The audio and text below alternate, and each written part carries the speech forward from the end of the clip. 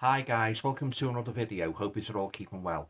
For this video, I'd like to review a Blu-ray that I've just watched tonight, and it's a new release actually, and that movie is called Shepherd.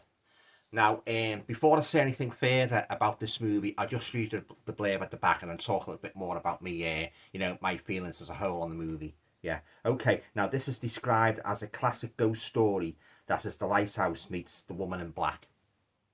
Now, running from crippling grief after the mysterious death of his wife, Eric Black takes a job as a shepherd, trapped alone on a remote but majestic weather-beaten island. One man's spiraling madness meets a vengeful supernatural force. Now, what starts as a windswept escape becomes a race to save his sanity. So there you go, guys. That's the general synopsis of this new release, Shepherd. On to my thoughts on the movie as a whole. I'm afraid they're not very good, guys. I was utterly bored from start to finish with this movie. It was slow. It was you'd have better fun watching paint dry. There was just hardly any story to it, and it just didn't make sense, guys. Some of the scenes in it and that.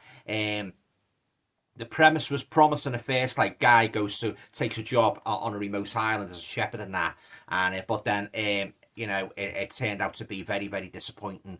It was just one major bore fest, guys, from start to finish. I didn't like the fact that there just virtually just one character in it. This guy on the island throughout, and he's got his dog with him and that. And this rather creepy woman takes him. She's got like one eye, and she's very creepy. She's dressed in these dark clothes and that, and she ferries him to the island and that, and leaves him there. She said basically I'll be back in a few days. She said before she goes, she says just one thing: you must have this journal. So she gives him this journal and that, and then she basically just leaves him to his own devices and that on the island, like looking after the sheep. But then they tried to make it like a spooky film by peppering it with sort of like surreal scenes. Like for instance, he goes into the woods and that, and he sees something's happened with his wife and that she's died. She's died in what appears to be a car accident. And he sees her, or thinks he sees her in the woods, an apparition standing in the woods. But then not only does he see his wife's apparition, he also sees this like weird witchy thing standing in the woods and that, all dressed in black and that. So you've got that, and then you've got the very long ponderous scenes, guys, where he's in the house and that, and he's just and then what annoyed me about it as well, some of the creepy scenes, what he sort of like presented. It turned out he was only dreaming. He encounters his dead wife in the woods and that, and then this witch like character, and then he come into the house.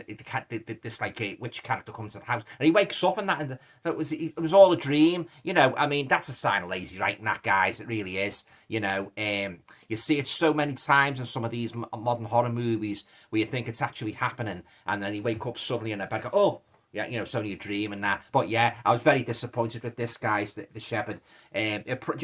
From again, never judge a Blu-ray by its cover, because like looking at that cover and look at some of the reviews it's got, you would think you were in for a good thrill ride, a real good ghost story. Missed opportunity here, guys. It really was. Yeah, it hasn't really got all that many special features. Just got an interview with Tom Hughes and a trailer, and theatrical trailer, and there's that picture there. That's supposed to be his mother, or it's a kind of like a demon possessing his mother. Because when he's on the island, when he's on the island on his own and that, attending to the sheep, he goes into the house and there's his mother standing there, and he says, "What are you doing here? How did you know where I was?" And she's standing there, and she seems to be in a kind of a daze because she starts rambling, and you could hardly understand what she's saying. And then all of a sudden, she's standing at the kitchen sink. She looks like she's going to peel potatoes, but what she's actually doing, she's cutting her hand, and as she's cutting her hand, you see all the blood oozing out of her palm, and he's standing there like that. His face is an absolute picture, guys. And then of course, and then her face changes, it becomes like a demon. Then he wakes up. It's just very bad writing, this, guys. It was very poor. In some parts, I thought it was quite ridiculous, to be honest with you. You know, I've seen better movies where the main protagonist goes on a creepy island and that. You know, there's been many better movies of this vein. But yeah, I don't think I'll be keeping this, guys. I think I'll be throwing her on eBay. And I say, just show you a couple of pictures there, guys, at the back. Sorry about the glare, guys. I've got my ring lights on, and there's creepy character that brings him to the island.